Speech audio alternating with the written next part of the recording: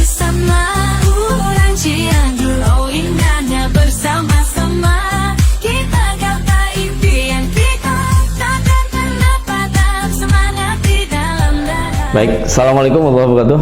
Waalaikumsalam warahmatullahi taala wabarakatuh. Sehat Pak Bupati? Alhamdulillah luar biasa. Alhamdulillah kita bertemu kembali di acara Bincang Santai. Ini judulnya Bincang Santai Bedah Visi Misi. Alhamdulillah. Pak Haji Herman ini bupati kita sejak 2018, kemudian 2021. Iya. Dan hari ini Bapak bersama Kang Ibang ya Pak. Siap. Ini mau menjalankan amanat ulang ya. Siap. Atas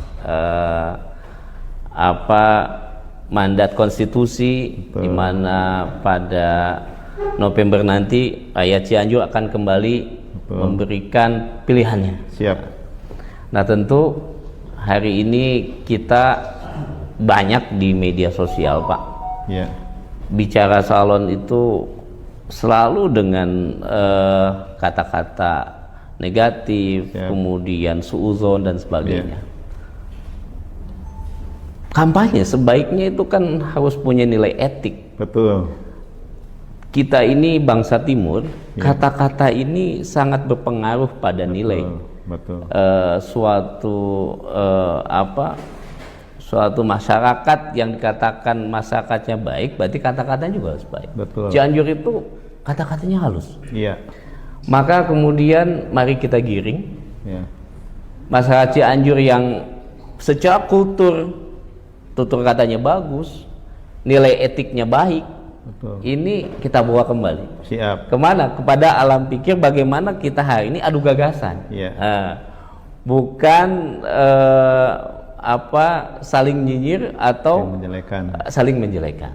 Maka kemudian diawali dengan kita membaca basmalah. Oke. Bismillahirrahmanirrahim. Bismillahirrahmanirrahim. Bahwa kita mulai pada diskusi santai ini tentang membedah visi misi. Nah, pertanyaan pertama Pak, kira-kira selalu yang standar bagaimana motivasi. Ya. Karena yang namanya seorang melangkah itu kan ada niat, ada nawaitu. Betul. Kira-kira nawaitu Bapak untuk pilkada serentak tahun 2024 ini kira-kira apa Pak? Ya. Oke. Bismillahirrahmanirrahim. Assalamualaikum warahmatullahi taala wabarakatuh. Sampurasun warga Cianjur yang saya hormati. Pertama, saya mengucapkan terima kasih dan apresiasi kepada RBUC yang hari ini mengundang saya dalam mengadakan diskusi santai. Tadi sudah disampaikan oleh Kang Holik. Kang Holik ini sahabat saya dari dulu gitu ya. Beliau sudah menyampaikan kronologis situasi saat ini dalam rangka menjelang pilkada yang akan dilaksanakan tanggal 27 November tahun 2024. Saat ini kita sedang memasuki masa kampanye, ya, masa kampanye. Nah, tadi pertanyaannya apa sih yang menjadi motivasi saya untuk melanjutkan kembali memimpin Kabupaten Cianjur? Pertama, bahwa saya sudah bekerja di pemerintah Kabupaten Cianjur sampai saat ini sudah 26 tahun, ya. Mulai dari staf CPNS, Kapsubsi, Kasih, Kasubdin, Kepala Kantor, Kepala Dinas, Direktur Utama PDAM, Wakil Bupati, dan Bupati. Nah, ketika saya menjadi PLT Bupati Cianjur, ya, karena waktu itu ada permasalahan yang di Cianjur, sehingga saya diangkat menjadi PLT Bupati Cianjur selama 2,5 tahun. Saya belum bisa apa-apa karena hanya melanjutkan. Kemudian pada saat saya mencalonkan, pada saat itu didorong oleh warga masyarakat Cianjur, termasuk oleh partai politik, saya ikut mencalonkan kembali. Dan alhamdulillah saya dipercaya oleh warga masyarakat Cianjur, sehingga tahun 2021 saya dilantik ya. Ketika saya dilantik, kita tahu terjadilah COVID-19 yang hampir 2 tahun. Pada saat pemilihan umum, saat itu kita sedang dilanda COVID. Sehingga setahun setengah saya pemerintahan tidak bisa bergerak apa-apa. Anggaran-anggaran dari pemerintah pusat harus direfocusing. Untuk apa? Untuk penanganan COVID-19. Karena pada saat COVID, warga masyarakat Cianjur nggak boleh bekerja. PNS nggak boleh bekerja boleh, tapi di rumah. Kalau bekerja di rumah, warga masyarakat di rumah, kan harus diisi perutnya. Siapa yang tanggung jawab? Pemerintah yang tanggung jawab. Dari mana anggarannya?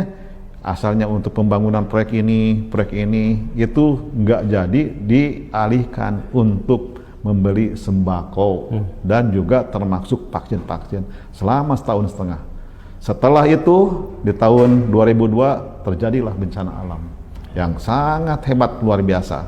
Hampir 650 orang yang meninggal dunia. Hampir 100.000 rumah yang hancur di 14 kecamatan di 220 desa. Ya. Ini yang memporak-porandakan. Sehingga anggaran hampir seluruhnya kita alokasikan untuk penanganan bencana alam. Walaupun sebagian besar dari pemerintah pusat. Ya.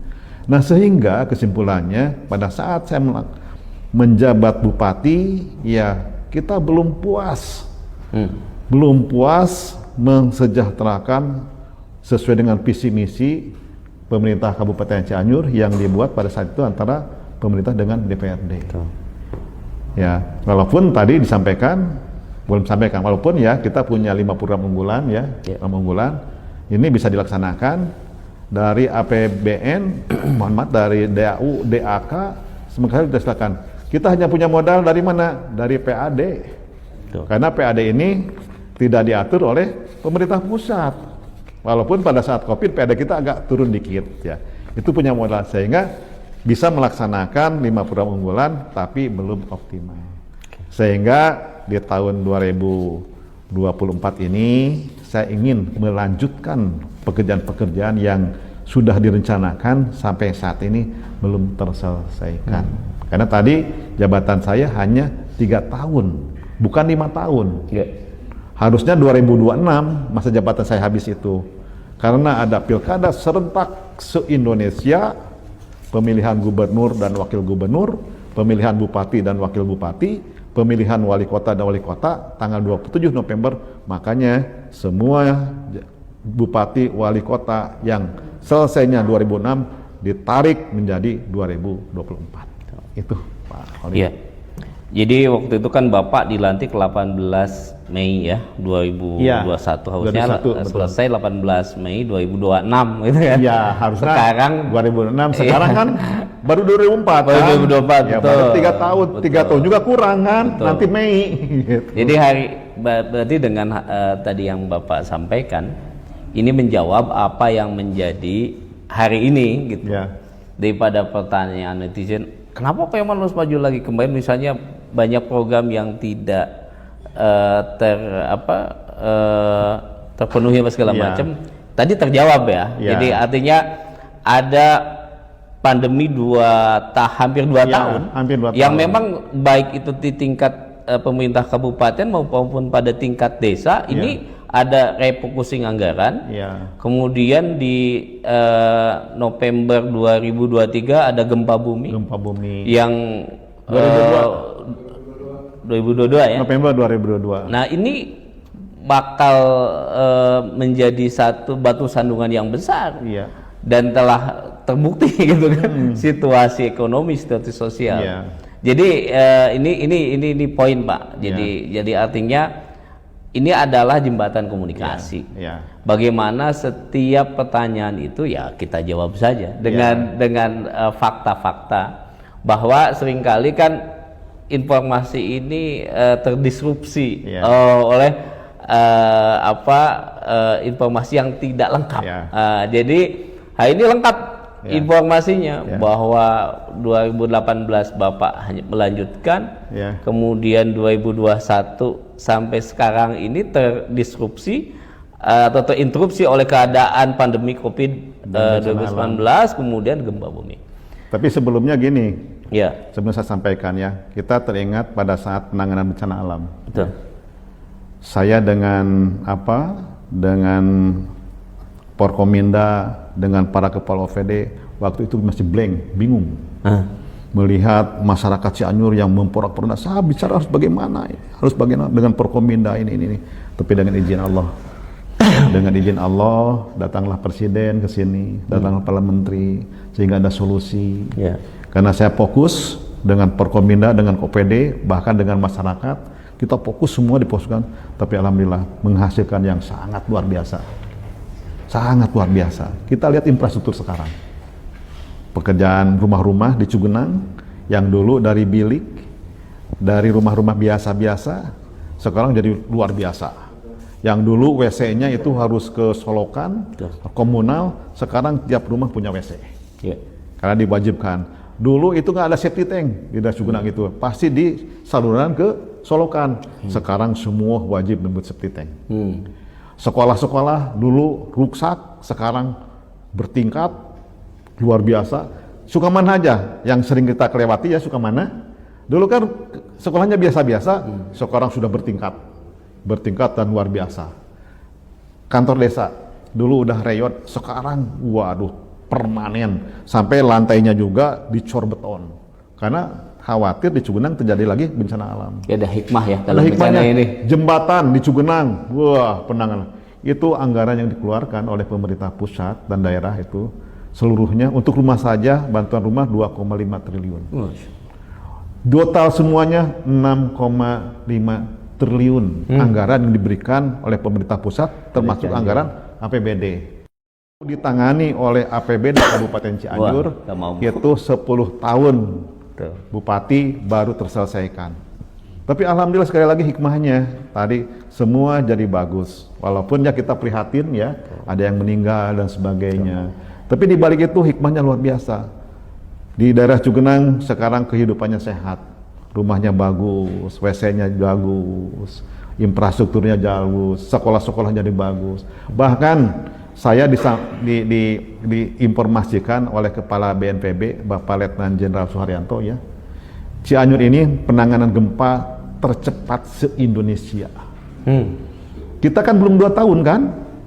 2 tahunnya nanti tanggal 21 November tahun 2024. Nah, di kabupaten kota lain itu ada yang 5 tahun, ada yang 4 tahun. Kita hanya sebelum 2 tahun hampir selesai. Alhamdulillah. Ini berkata di masyarakat Cianjur yang agamis, berdoa kepada Allah Subhanahu wa Ta'ala, meminta solusi-solusi agar bencana alam ini bisa dicepatkan. Termasuk COVID-19. COVID-19 yang biru itu waktu itu hanya Cianjur. Zona biru itu. Yang lain merah, ungu, Cianjur biru. Makanya di Cianjur itu waktu COVID-19 kita tidak pernah menutup Masjid Agung dalam kegiatan ibadah. Di Indonesia hanya satu-satunya Cianjur yang tidak menutup Masjid Agung. Hanya Cianjur, karena Cianjur zona hijau. Yang meninggal relatif sedikit kita. Ya, jadi ini sekali lagi bukan hasil saya. Saya adalah manusia biasa, tapi hasil kerja bersama antara pemerintah, Porkominda, termasuk warga masyarakat. Itulah keberhasilan COVID-19 dan keberhasilan bencana alam yang telah kita lalui. Dan mohon doanya warga Cianjur, ya berdoa kepada Allah Subhanahu wa Ta'ala, jangan sampai terjadi gempa lagi di Cianjur. Amin. Kemarin kita tahu ada gempa di Garut, Bandung, Jeleng, Sukabumi. Cianjur dilewatkan. Itu saya yakin doa dari warga masyarakat Cianjur yang merupakan kotanya gudangnya ulama, kota santri. Doanya yang mustajab masyarakat Cianjur. Gitu. Oke, Pak. Pertanyaan berikutnya, ini RBUJT terima pertanyaan juga dari netizen, Pak. Siap. Terkait IPM katanya. Oke. Selalu ini IPM ini pertanyaan seksi, Pak. Setuju saya. Pertanyaan seksi. Setuju. IPM Cianjur ini, Pak. Ya. Dari mulai peringkat dan kemudian. Oke, kita bicara IPM, warga Cianjur ya. IPM ini ada indikator. Pertama indikatornya pendidikan, kesehatan, dan daya beli. Ya, indikatornya itu ya. Kita ekstrak, dibedah ya. Pertama pendidikan dulu ya. Pendidikan di Kabupaten Cianjur ada 2 ukurannya. Ukurannya usia lamanya sekolah rata-rata. Kedua, usia harapan lamanya sekolah. Ya, itu yang indikator yang utama. Kita ekstrak. Kita lihat sekarang, berapa sih usia rata-rata lamanya sekolah? Kita baru 7,2. Ya. 7,2 itu artinya berapa? Kelas 2 SMA, SMP drop out. Siapa itu? Ternyata itu adalah anak-anak remaja umur 25 tahun ke atas. Pendidikannya baru 7,2 tahun. Itu. Sekali lagi, itu adalah anak-anak remaja umur 25 tahun ke atas, pendidikannya baru 7,2. Kenapa tidak sekolah? Ya 15 tahun yang lalu, 10 tahun yang lalu, anak-anaknya tidak sekolah. Jadi sekarang ini kita warisan. Warisan dari pemimpin yang lama. Sehingga kita sekarang ya harus digenjot. Gitu ya. Itu pertama. Yang kedua, usia harapan lamanya sekolah. Cianjur ini kalau ditanya, Dek, mau sekolah sampai kapan? Sampai di mana? Ah, cukup dengan SMA. Neng, mau sekolah sampai di mana? Ya, cukup sampai SLTA. Itu keinginan masyarakat Cianjur. Kenapa? Kita prihatin, di Cianjur belum ada perguruan tinggi negeri. Di Cianjur perguruan tinggi masih sedikit. Ya. Nah, solusinya tentunya bagaimana agar usia rata-rata lamanya sekolah Cianjur naik. Kita melihat anak-anak umur 25 tahun ke atas yang pendidikannya baru SMP kelas 2 itu wajib disekolahkan. Kalau itu tidak disekolahkan, saya yakin IPM Cianjur tidak akan naik. Bagaimana caranya? PKBM. Ketika saya dilantik menjadi Bupati Cianjur, saya tanya, berapa PKBM di Cianjur yang sudah teraktif? Ternyata baru 10. Berapa ratus, berapa juta warga Cianjur yang belum sekolah. Dengan PKBM 10, saya yakin susah untuk naik IPM. Sehingga pada saat itu, saya panggil Kepala Dinas Pendidikan, sok PKBM Cianjur, kumpulkan, ya bila perlu, kobong-kobong, santri-santri, sok bikin PKBM. Alhamdulillah, sekarang PKBM di Cianjur sudah meningkat. Sudah hampir 150 PKBM. Bahkan yang belum terakreditasi juga masih banyak. 150 sudah terakreditasi. Mereka yang mau masuk hampir setengahnya. Sekarang sudah banyak di mana-mana PKBM.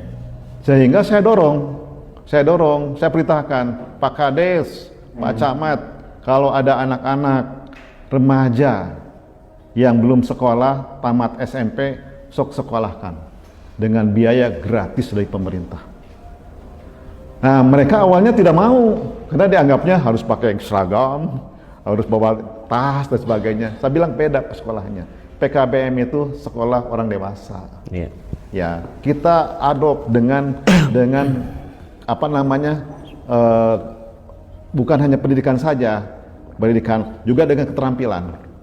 Misalkan ibu-ibu ini ajak sekolah yuk di PKBM. Nanti ibu mau keterampilannya apa? Memasak, menjahit dan sebagainya. Seperti itu, atau diarahkan dagang dan sebagainya, gitu ya. Sehingga sekarang sudah banyak.